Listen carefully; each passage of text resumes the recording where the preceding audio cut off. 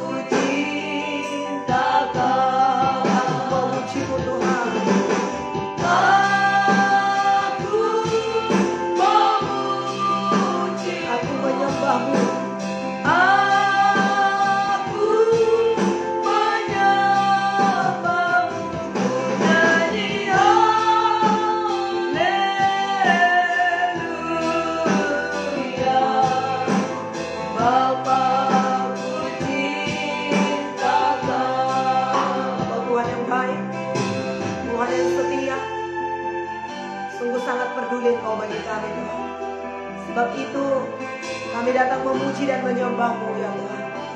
Terima kasih Tuhan Yesus. Terima kasih Bapa. Haleluya. Bapa Engkau baik. Bapa Engkau baik. Bapa Engkau baik. Kau selalu baik ya Tuhan. Kau selalu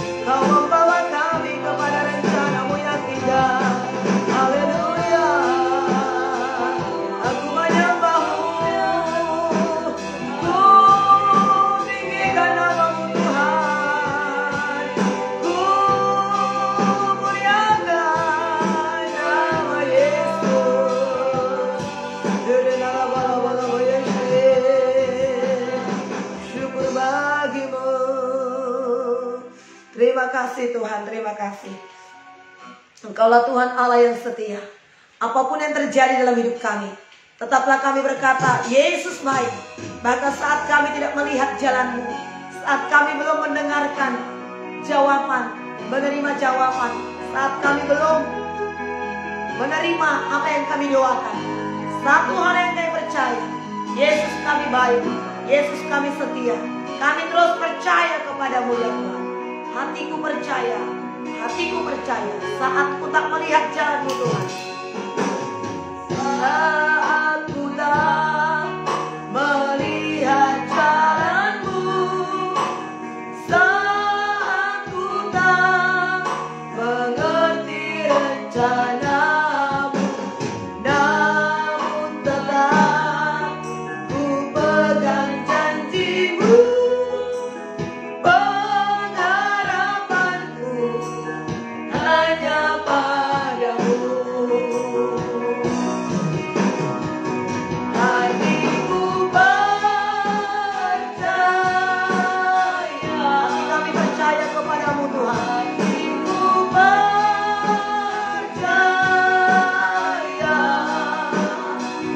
hatiku percaya, selalu ku percaya. Amin, amin. Mari terus tetap percaya kepada Tuhan, saudara. Percaya kepada maksud baiknya dan rancangannya yang begitu indah dalam kehidupan kita. Sekalipun kita belum melihat, sekalipun kita belum menerima, tapi satu hal yang kita tahu, Yesus baik, Yesus setia, Yesus mendengar dan menjawab doa kita. Terima kasih Tuhan buat kebaikan-Mu. Bersama kita katakan, saat ku tak melihat jalan, saat ku tak melihat jalan-Mu, saat ku tak mengerti rencana-Mu, namun tetap ku pegang janji-Mu. Pengharapanku hanya padamu. Hatiku percaya Tuhan, hatiku percaya. Harap kepada Tuhan dan percaya kepadanya. Hatiku percaya,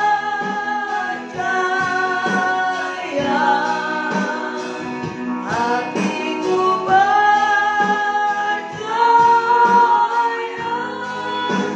selalu ku percaya. Hatiku percaya, hati kami percaya padamu ya Tuhan. Hati kami percaya,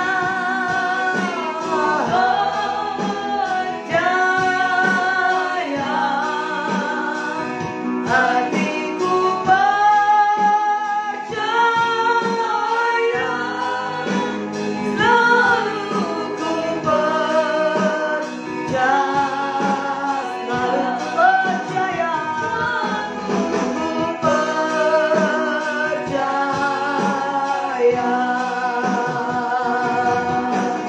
Terima kasih Tuhan. Inilah doa kami dan pengakuan kami di hadapan-Mu, untuk tetap kami percaya kepada Tuhan. Kami tidak perlu bimbang dan tawar hati akan hal-hal apapun yang kami hadapi ya Tuhan. Ada Roh Kudus yang menguatkan kami, ada firman Tuhan yang meneguhkan kami. Kami menguatkan iman dan percaya kami kepada firman. Terima kasih Tuhan. Kami tahu firman itu adalah jaminan bagi kami. Kami tahu firman itu adalah janji Allah. Biarlah kami menghidupi firman-Mu dan terus dengar-dengaran akan suara-Mu ya Tuhan. Kami sendengkan telinga kami untuk suara Tuhan, baik suara secara langsung ke dalam hati kami, demikian juga Tuhan terhadap firman yang tertulis. Kami sambut firman-Mu dalam hidup kami, yang merupakan jawaban tuntunan bagi kami, untuk kami dapat mengerti akan kehendak-Mu ya Tuhan. Terima kasih Tuhan buat kebaikan-Mu. Di pagi hari ini kami bersyukur kepada Tuhan. Kami berterima kasih Tuhan buat penyertaan-Mu ya Tuhan. Tuhan Allah kami yang tidak pernah meninggalkan kami. Rancangannya indah bagi kami. Yang terbaik selalu Engkau sediakan bagi kami ya Tuhan. Terima kasih Tuhan, terima kasih kami dapat menyembah-Mu dan memuliakan nama-Mu Tuhan. Kiranya pada saat ini hati kami terus, kami persembahkan kepada Tuhan. Dan firman-Mu akan terus mengubah hidup kami. Terima kasih buat pagi hari ini. Terpujilah Tuhan Allah yang setia. Dalam nama Yesus kami terima firman Tuhan pada saat ini. Akan mengubahkan dan memulihkan hidup kami. Terpujilah Bapa yang setia. Haleluya. Amin. Puji Tuhan, Bapak Ibu Saudara, teman-temanku semua, para hamba-hamba Tuhan, anak-anak Tuhan yang mengasihi Tuhan. Pagi ini kita dapat menyembah Tuhan, satu sukacita yang sangat luar biasa. Kita boleh meninggikan Dia. Nah, haleluya. Pagi hari ini Saudara, mari kita pergunakan waktu yang singkat ini Saudara untuk kita tetap ada dalam hadirat-Nya dan mempercayai firman Allah yang akan mengubah kehidupan kita. Diberkatilah Saudara pada saat pagi hari ini yang telah memuji dan menyembah Tuhan, Saudara. Dan pagi hari ini juga kita akan membaca firman Tuhan dari kitab Markus pasal yang pertama, Markus 12 ayat yang pertama, Saudara, sampai ayat yang ke-27. Markus 12 ayat yang pertama sampai ayat 27. Firman Tuhan ini akan memberkati kita. Mari kita baca, Saudara. Haleluya. Haleluya. Saya akan membacakan ayat yang pertama, Saudaraku. Dan sebagaimana biasanya kita lakukan, Saudara baca ayat yang kedua di rumah Saudara masing-masing. Dan 27 nanti kita sama-sama membacanya. Terpujilah Tuhan Allah yang memberkati kita. Haleluya. Kita mulai ya. Haleluya. Perumpamaan tentang penggarap-penggarap kebun anggur. Lalu Yesus memulai berbicara kepada mereka dalam perumpamaan adalah seorang membuka kebun anggur dan menanam pagar sekelilingnya. Ia menggali lubang tempat memeras anggur dan mendirikan menara juga. Kemudian ia menyewakan kebun itu kepada penggarap-penggarap, lalu berangkat ke negeri lain. Dan ketika sudah tiba musimnya, ia menyuruh seorang hamba kepada penggarap-penggarap itu untuk menerima sebagian dari hasil kebun itu dari mereka. Tetapi mereka menangkap hamba itu dan memukulnya, lalu menyuruhnya pergi dengan tangan hampa. Kemudian ia menyuruh pula seorang hamba lain kepada mereka. Orang ini mereka pukul sampai luka kepalanya dan sangat mereka permalukan. Lalu ia menyuruh seorang hamba lain lagi, dan orang ini mereka bunuh, dan banyak lagi yang lain. Ada yang mereka pukul, ada yang mereka bunuh. Sekarang tinggal hanya satu orang anaknya yang kekasih. Akhirnya ia menyuruh dia kepada mereka, katanya, anakku akan mereka segani. Tetapi penggarap-penggarap itu berkata kepada yang lain, ia ini adalah ahli waris, marilah kita bunuh dia, maka warisan ini menjadi milik kita. Mereka menangkapnya dan membunuhnya, lalu mereka melemparkannya keluar kebun anggur itu. Sekarang apa yang akan dilakukan oleh tuan kebun anggur itu? Ia akan datang dan membinasakan penggarap-penggarap itu, lalu mempercayakan kebun anggur itu kepada orang-orang lain. Tidak pernahkah kamu membaca nas ini? Batu yang dibuang oleh tukang-tukang bangunan telah menjadi batu penjuru. Hal itu terjadi dari pihak Tuhan, suatu perbuatan ajaib di mata kita. Lalu mereka berusaha untuk menangkap Yesus, karena mereka tahu bahwa merekalah yang dimaksudnya dengan perumpamaan itu. Tetapi mereka takut kepada orang banyak, jadi mereka pergi dan membiarkan dia. Tentang membayar pajak kepada Kaisar. Kemudian disuruh beberapa orang Farisi dan Herodian kepada Yesus untuk menjerat dia dengan suatu pertanyaan. Orang-orang itu datang dan berkata kepadanya, Guru, kami tahu engkau adalah seorang yang jujur, dan engkau tidak takut kepada siapapun juga. Sebab engkau tidak mencari muka, melainkan dengan jujur mengajar jalan Allah dengan segala kejujuran. Apakah yang diperbolehkan membayar pajak kepada Kaisar atau tidak? Haruskah kami bayar atau tidak? Tetapi Yesus mengetahui kemunafikan mereka, lalu berkata kepada mereka, mengapa kamu mencobai aku? Bawalah kemari suatu dinar supaya kulihat. Lalu mereka bawa. Maka ia bertanya kepada mereka, gambar dan tulisan siapakah ini? Jawab mereka, gambar dan tulisan Kaisar. Lalu kata Yesus kepada mereka, berikanlah kepada Kaisar apa yang wajib kamu berikan kepada Kaisar, dan kepada Allah apa yang wajib kamu berikan kepada Allah. Mereka sangat heran mendengar dia. Pertanyaan orang Saduki tentang kebangkitan. Datanglah kepada Yesus beberapa orang Saduki yang berpendapat bahwa tidak ada kebangkitan. Mereka bertanya kepadanya, Guru, Musa menuliskan perintah ini untuk kita. Jika seorang mempunyai saudara laki-laki mati dengan meninggalkan seorang istri tetapi tidak meninggalkan anak, saudaranya harus kawin dengan istrinya itu dan membangkitkan keturunannya bagi saudaranya itu. Adalah 7 orang bersaudara. Yang pertama kawin dengan seorang perempuan dan mati dengan tidak meninggalkan keturunan. Dan begitulah seterusnya, ketujuhnya tidak meninggalkan keturunan, dan akhirnya sesudah mereka semua perempuan itu pun mati. Pada hari kebangkitan, bila mana mereka bangkit, siapakah yang menjadi suami perempuan itu? Sebab ketujuhnya telah berserikan dia. Jawab Yesus kepada mereka, kamu sesat justru karena kamu tidak mengerti kitab suci maupun kuasa Allah. Sebab apabila orang bangkit dari antara orang mati, orang itu orang tidak kawin dan tidak dikawinkan, melainkan hidup seperti mereka di sorga. Dan juga tentang kebangkitan orang-orang mati, tidakkah kamu baca dalam kitab Musa, dalam cerita tentang Semak Duri, bagaimana bunyi firman Allah kepadanya, Akulah Allah Abraham, Allah Ishak, dan Allah Yakub, 27 bersama-sama. Ia bukanlah Allah orang mati, melainkan Allah orang hidup. Kamu benar-benar sesat. Puji Tuhan, saudaraku. Tuhan memberkati kita semua. Kita telah membaca firman Tuhan ini. Ya, ada beberapa hal yang kita dapat pelajari pada saat ini, yang kita dapat berkatnya. Yang pertama dari perikop yang pertama, yaitu tentang penggarap-penggarap kebun anggur. Yang kedua mengenai tentang dia membayar pajak, dan kemudian tentang pertanyaan orang Saduki tentang kebangkitan. Saudara, ada 3 berkat yang kita ambil pada saat ini. Yang pertama, saudara, yaitu dikatakan ayat yang pertama, ya, lalu Yesus mulai berbicara kepada mereka tentang perumpamaan. Perumpamaan apa ini, saudaraku? Itu mengenai penggarap-penggarap. Memang Yesus itu sering mengajar murid-muridnya dengan perumpamaan-perumpamaan. Tetapi perumpamaan-perumpamaan itu dimaksudkan Tuhan Yesus untuk bisa lebih gampang untuk dimengerti. Apakah perumpamaan yang dikatakan oleh Tuhan Yesus pada saat ini sesuai dengan bacaan kita, saudara? Dikatakan adalah seorang membuka kebun anggur dan menanam pagar sekelilingnya. Ia menggali lubang tempat pemerasan anggur dan mendirikan menara jaga. Kemudian ia menyewakan kebun itu kepada penggarap-penggarap, lalu berangkat ke negeri lain.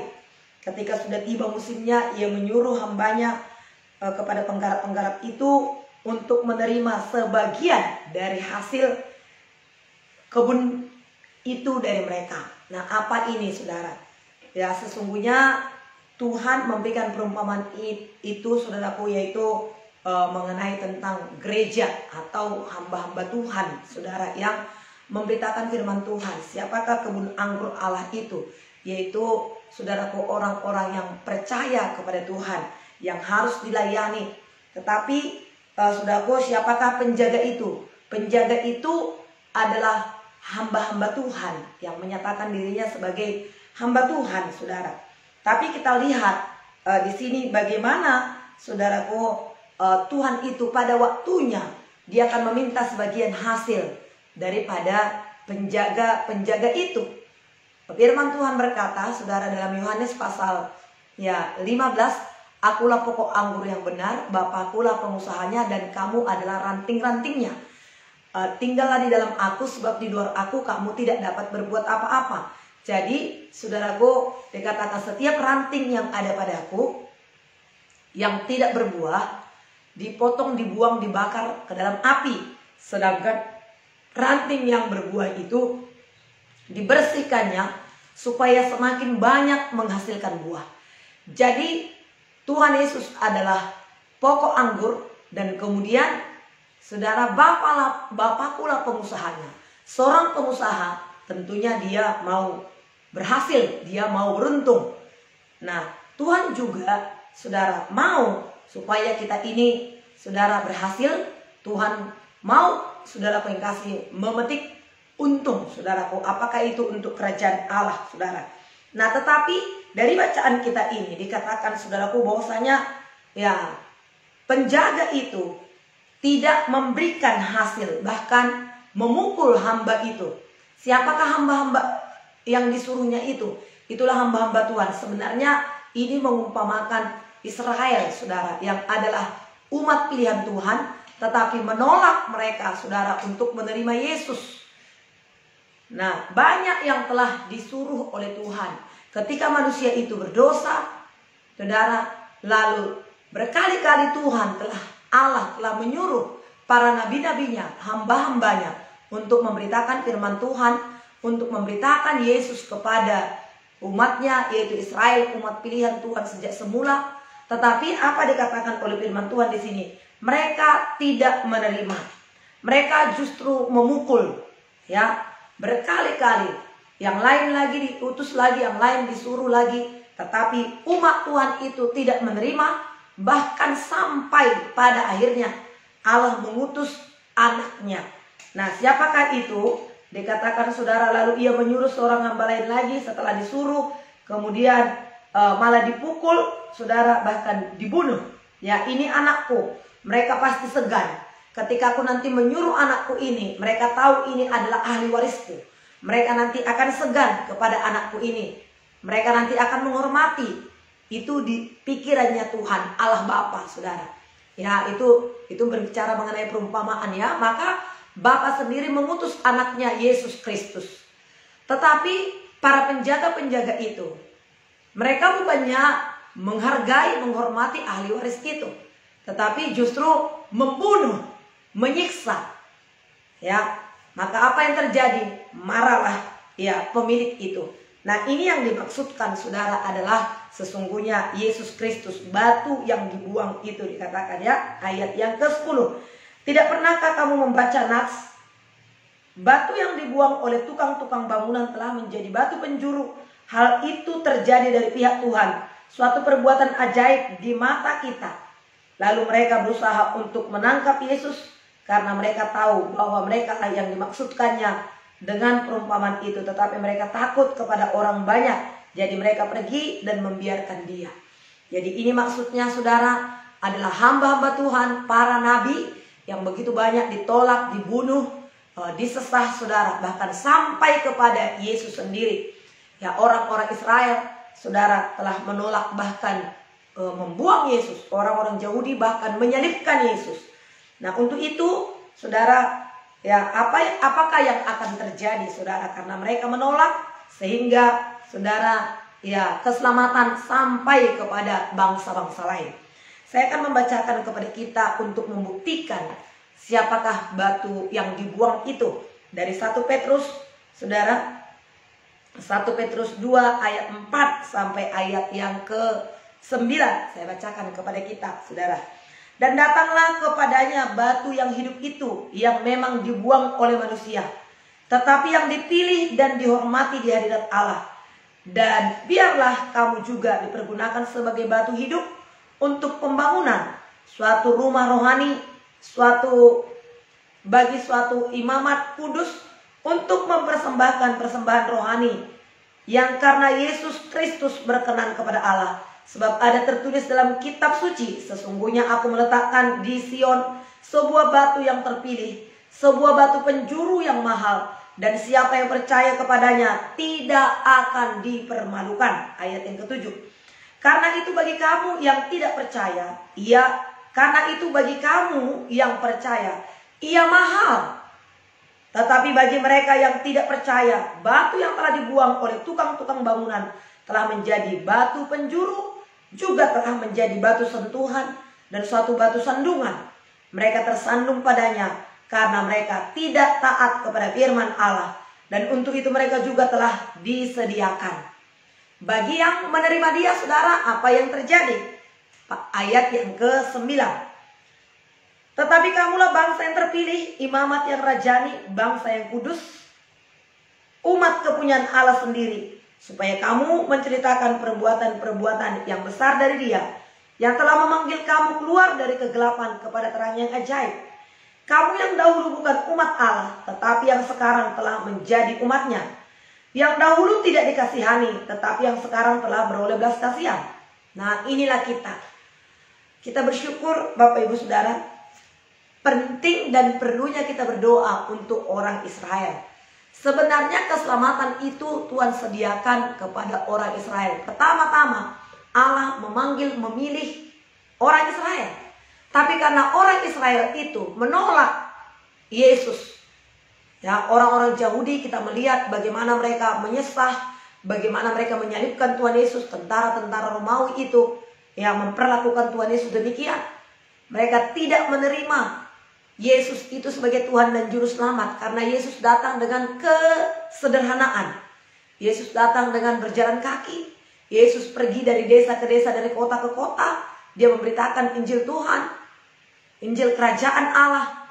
Dan juga dia datang bukan sebagai orang yang hebat, orang yang kaya. Dia datang bukan sebagai raja yang demikian punya istana, punya pasukan yang demikian seperti raja-raja orang dunia ini. Sehingga orang Israel tidak menerima kehadiran Yesus. Saudara, bahkan mereka menolak. Tetapi firman Tuhan berkata, batu penjuru yang telah dibuang oleh tukang-tukang bangunan telah menjadi batu penjuru.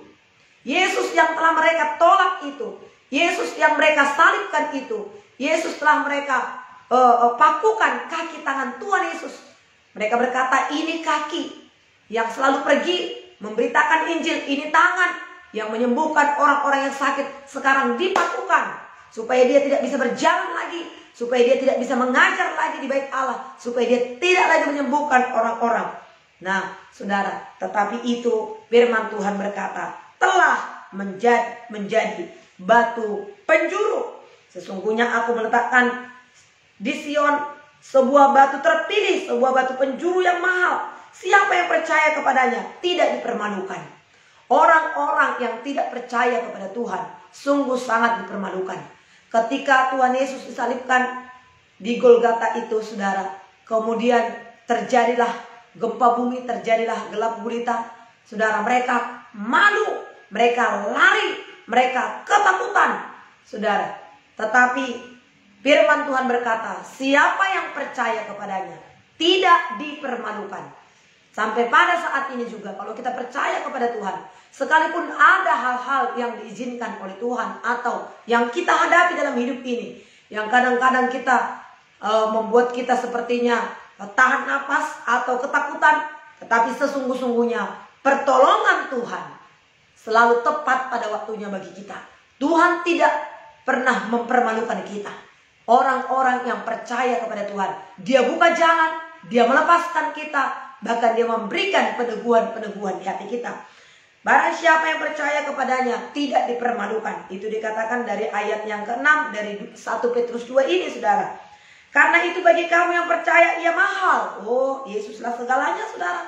Apakah Yesus itu mahal bagi saudara? Ya, Yesus itu sangat mahal bagi kita, saudara. Lebih manis daripada madu. Saudara yang kasih, ya, karya terbesar, ya, karya Yesus itu sungguh terbesar. Harta yang tak ternilai Yesus itu bagi kita.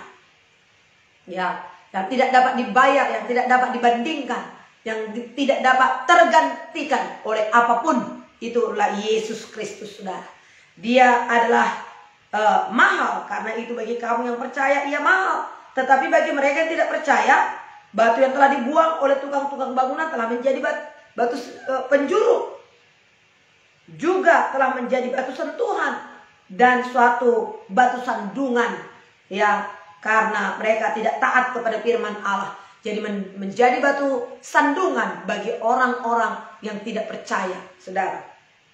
Ya, dan untuk itu mereka telah disediakan. Nah, saudara yang kasih, sangat berbeda orang yang percaya dengan orang yang tidak percaya. Orang yang percaya kepada Tuhan Yesus membuat Yesuslah segalanya dan sangat mahal. Membuat Yesus yang menjadi harapannya. Tetapi bagi orang-orang yang tidak percaya, saudara yang kasih, Yesus itu menjadi batu sandungan bagi mereka. Tidak percaya kepada Tuhan. Dan pada akhirnya mereka akan dipermalukan. Tapi bagi orang-orang percaya, tidak pernah akan dipermalukan. Yang satu dipermalukan, yang satu tidak dipermalukan, bahkan dimuliakan. Siapakah itu? Yaitu mereka yang terpilih, mereka yang menerima Yesus sebagai Tuhan dan Juru Selamat pribadi hidupnya, mereka yang mematuhi Tuhan Yesus, mereka yang mempercayakan hidupnya kepada Yesus. Tetapi kamulah bangsa yang terpilih. Ya, siapakah yang terpilih itu? Orang-orang yang percaya, orang-orang membuka hati kepada Tuhan Yesus. Tetapi kamulah bangsa yang terpilih, imamat yang rajani, bangsa yang kudus, umat kepunyaan Allah sendiri. Wah, puji Tuhan. Saudara adalah umat kepunyaan Allah.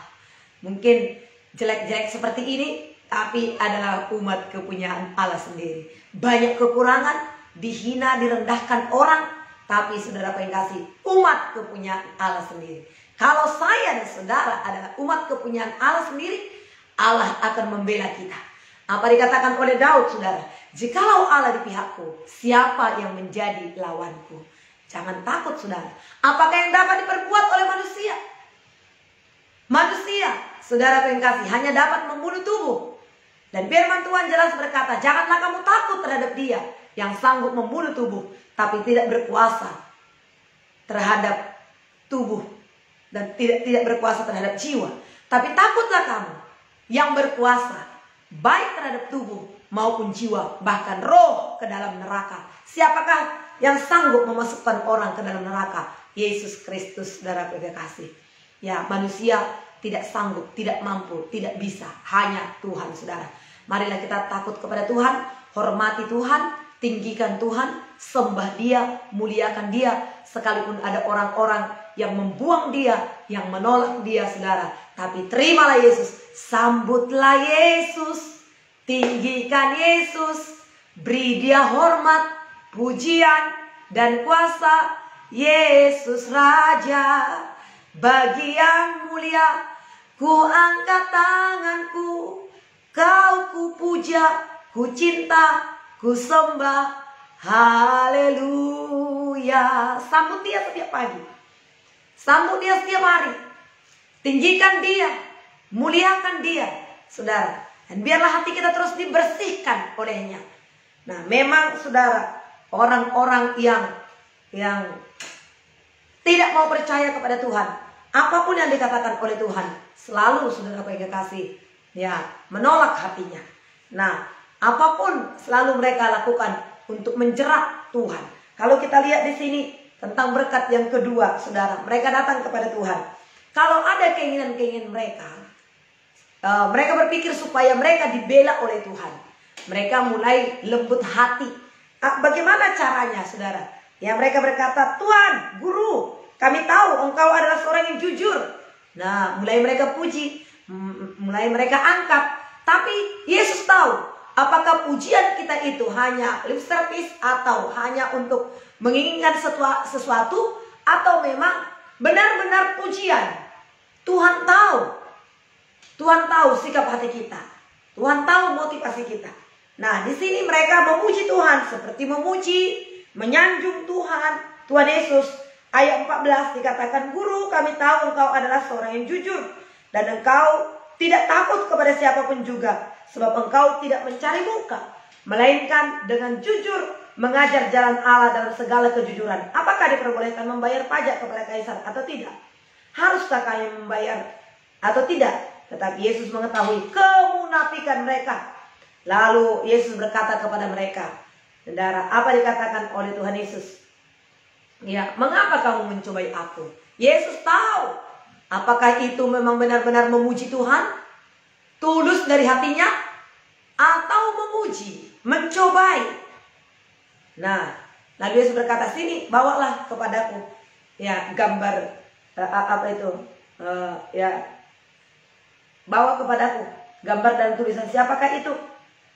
Ya, biar kulihat. Bawalah suatu dinar kepadaku, bawalah suatu mata uang kepadaku, biar kulihat gambar dan tulisan siapakah itu. Mereka berkata, gambar dan tulisan Kaisar. Nah, maka Tuhan berkata, berikan apa yang wajib kau berikan kepada Kaisar, dan berikan juga apa yang wajib kamu berikan kepada Tuhan. Kaisar itu adalah pemerintah. Apa yang wajib diberikan kepada pemerintah? Pajak. Apa yang wajib diberikan kepada Tuhan? Persepuluhan. Mau diberkati Tuhan kita pagi hari ini, saudara-saudara, di masa-masa sulit seperti sekarang ini, jangan lupakan persepuluhan. Saudara, jangan lupakan persepuluhan. Bayarlah persepuluhan dan bayarlah pajak kita, saudara. Sehingga ya saudara yang kasih, Tuhan memberkati kita. Itu berkat yang kedua. Yang ketiga, saudara yang kasih, ini sudah pernah kita bahas di dalam kitab Matius, saudaraku, bagaimana pertanyaan saudara yang kasih, ya orang Saduki juga tentang kebangkitan. Saudara, apa yang mereka tanya, saudara, mengenai ya ada satu orang saudara yang kasih perempuan dinikahi oleh satu orang laki-laki, kemudian mati sampai 7 bersaudara, dikatakan tidak meninggalkan satu keturunan. Lalu mereka berkata, siapakah nanti pada waktu kebangkitan yang menjadi suami daripada perempuan itu? Saudara, Tuhan Yesus berkata, saudara, Allah bukanlah Allah orang mati. Tidakkah kamu tahu bahwasanya nanti pada waktu kebangkitan itu tidak lagi di sana kawin mawin, saudaraku yang kekasih. Tidak kawin mawin. Ajaran Tuhan Yesus tidak berarti suami istri yang ada di muka bumi ini nanti di surga bukan berarti tidak mengenal lagi, saling mengenal, bahkan hubungannya semakin erat, yang walaupun tidak melakukan hubungan suami istri seperti yang ada di bumi ini, tetapi saudara yang kasih, hubungan yang lebih dalam lagi, saudara yang kasih, ya daripada yang sekarang di bumi ini. Sebaliknya hubungan dengan pasangan suami istri itu akan bersifat lebih mendalam dan rohani, saudara yang kasih. Ya, semakin bersifat mendalam dan rohani, sekalipun tidak dikuasai lagi oleh hubungan pernikahan seperti yang di bumi ini. Saudara, yang jelas, saudara yang kasih, apa yang dapat kita lakukan di bumi ini pada saat ini selagi ada kesempatan, lakukanlah untuk meninggikan nama Tuhan. Perbaiki hubungan suami istri, supaya hubungan suami istri tetap sampai kepada kekekalan, bahkan sampai pada saat ini dinikmati, saling mengasihi, saling memberkati, saling mendoakan. Jangan ada pertengkaran, perselisihan yang tidak diselesaikan. Jangan ada perceraian, saudara, tetapi saling meneguhkan, saling menguatkan, dan saling memberkati. Nah, supaya keluarga kita tetap diberkati oleh Tuhan. Nah, ini berkat firman Tuhan bagi kita pagi hari ini, saudara. Jadikanlah Yesus itu menjadi batu penjuru bagi kita, saudara yang kasih, yang menjadi segala-galanya. Utamakan Tuhan, tinggikan namanya yang kudus, saudara yang kasih. Diberkatilah kita, diberkatilah saudara yang ikut berdoa di pagi hari ini. Terpujilah Tuhan Allah yang setia. Mari kita berdoa, saudara. Terima kasih Tuhan, Engkaulah segalanya bagi kami, Tuhan. Kami bersyukur kepada Tuhan kalau kami bisa membuka hati kami kepada Tuhan. Kami tidak menolak Yesus, tapi kami sambut Yesus dalam hidup kami. Kami terima Kau dalam kehidupan kami yang adalah Tuhan dan Raja kami. Kami bersyukur buat kebaikan-Mu. Kami bersyukur buat anugerah-Mu yang begitu luar biasa. Ajaiblah segala karya-Mu ya Tuhan. Besarlah anugerah-Mu bagi kami Tuhan. Haleluya. Kami berbahagia karena kami adalah bangsa yang terpilih, imamat yang rajani, bangsa yang kudus, umat kepunyaan Allah sendiri. Kami sembah Kau Tuhan. Kami menghargakan Yesus dalam hidup kami. Haleluya. Terima kasih Tuhan. Terima kasih Roh Kudus. Haleluya. Tetaplah percaya kepada Tuhan. Tetaplah mengasihi Dia. Haleluya. Saat ku tak melihat jalan-Mu, saat ku tak mengerti rencana-Mu, namun tetap ku pegang janji-Mu. Pengharapanku hanya padamu. Hatiku percaya, hati kami percaya kepadamu Tuhan. Kau Tuhan yang baik. Haleluya. Kau segalanya dalam hidup kami Tuhan. Hatiku percaya, selalu ku percaya. Saat kami tidak melihat jalan-Mu Tuhan, inilah hidup kami. Kami percayakan kepadamu Tuhan. Kami bersyukur. Berkatilah saudara-saudara kami yang menolak Engkau.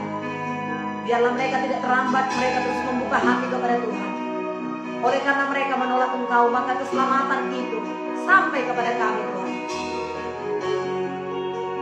Saat ku tak melihat, saat ku tak melihat jalanmu, saat ku tak mengerti rencanamu, namun tetap ku pegang janjimu. Pengharapanku hanya padamu, hatiku percaya.